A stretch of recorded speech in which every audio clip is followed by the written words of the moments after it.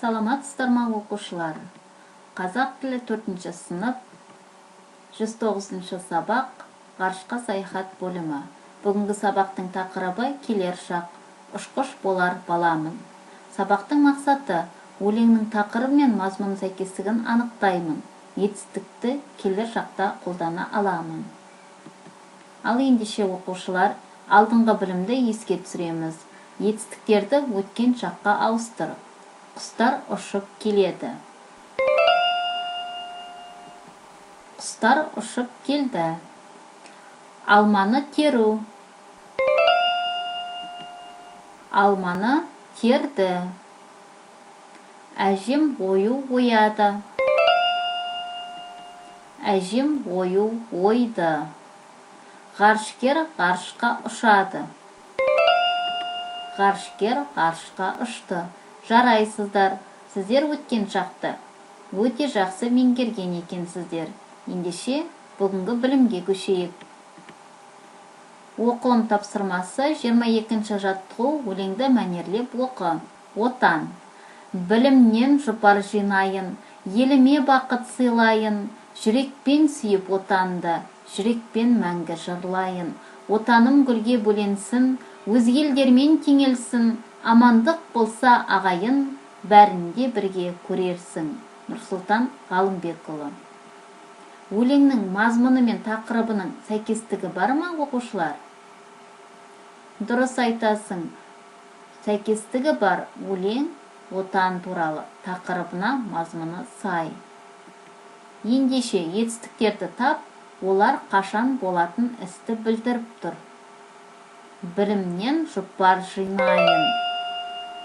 Дұрыс, жинайын етістік. Еліме бақыт сыйлайын. Дұрыс, сыйлайын. Жүрекпен сүйіп отанды. Сүйіп. Жүрекпен мәңгі жырлайын. Жарайсың. Отаным гүлге бөленсін. Өзге елдермен теңелсін. Теңелсін, бұл жерде етістік.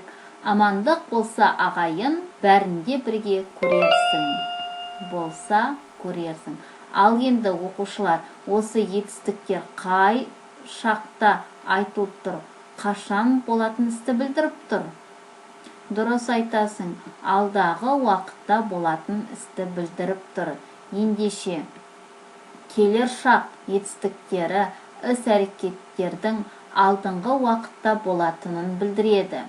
Бірінші жақта не істеймін? Мысалға, мен ұшқыш боламын. Екінші жақта не істейсің? Сен ұшқыш боласың. Үшінші жақта не істейді? Ол ұшқыш болады. Жарайсыңдар. Жазылым тапсырмасы 23-ші жаттығу, берілген сөздермен сөйлемдер құрастырып жаз. Сендер, сіздер, біз, сен, мен, олар, ол, сіз. Бұл қандай сөз табы, оқушылар? Дұрыс айтасыздар. Есімдіктер, жіктеу есімдіктері. Ендеше көмектеседі, көмектесесің, көмектесесіздер, көмектесемін, көмектеседі, көмектесесіңдер, көмектесесіз, көмектесеміз. Бұл қандай сөз табына жатады бұл сөздер? Дұрыс айтасыз, етістіктер. Ендеше осы есімдіктер мен етістіктерді байланыстырып, сөйлем құрастырып көріңдер. Ендеше етістіктердің қай жақта тұрғанын, қашан болатын істі білдіретін айтайықшы. Дұрыс айтасыңдар. Мен көмектесемін, бірінші жақ, жекеше түрі. Біз көмектесеміз, бірінші жақта көпше түрде айтылып тұр. Екінші жақ, сен көмектесесің, сіз көмектесесіз. Көпше түрде, сендер көмектесесіңдер, сіздер көмектесесіздер. Үшінші жақта, ол көмектеседі, көпше түрде, олар көмектеседі. Бұл етістіктер алдағы уақытта болатын істі білдіріп тұр.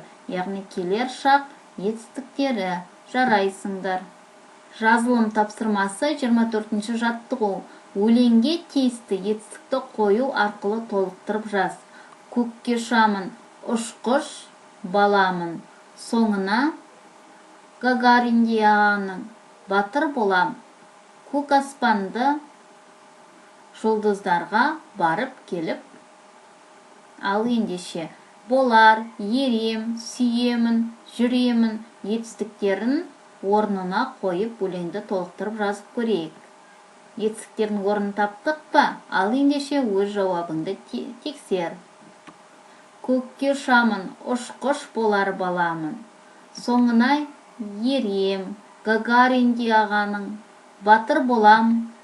Көк аспанды сүйемін, жұлдыздарға барып келіп жүремін. Жарайсыздар. Ал енді осы болар, ерем, сүйемін, жүремін етістіктері қай шақта айтылып тұр?